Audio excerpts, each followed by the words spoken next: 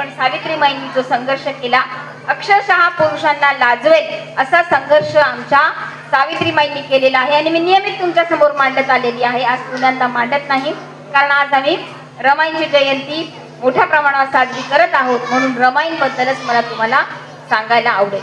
लहान मुलं ज्यांची आहेत त्यांनी प्लीज त्यांना ऐकायचं नसेल तर त्यांना दुसरीकडे खेळायला पाठवा, कारण हे जे सांगत आहे ते मात्र फार महत्त्वाचं.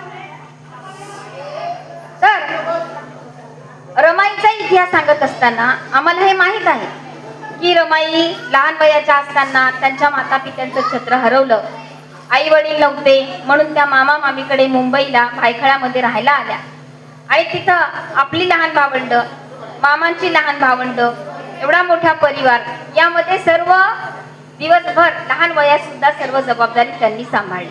म्हणजे खूप लहान वयात त्यांच्या खांद्यावर कुटुंबाचं ओझं जबाबदारी येऊन पडली.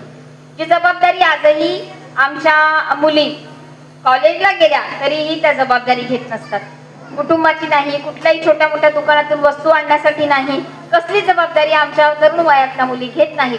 परंतु रमाई लहान वयामध्ये सर्व जबाबदारी त्यांच्या खांद्यावर घेऊन कुटुंबाचं प्रमुख म्हणून तिथे उभ्या राहिल्या.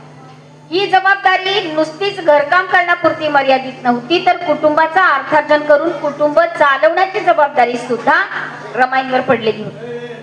रमाईंचं लग्न होऊन जेव्हा रमाई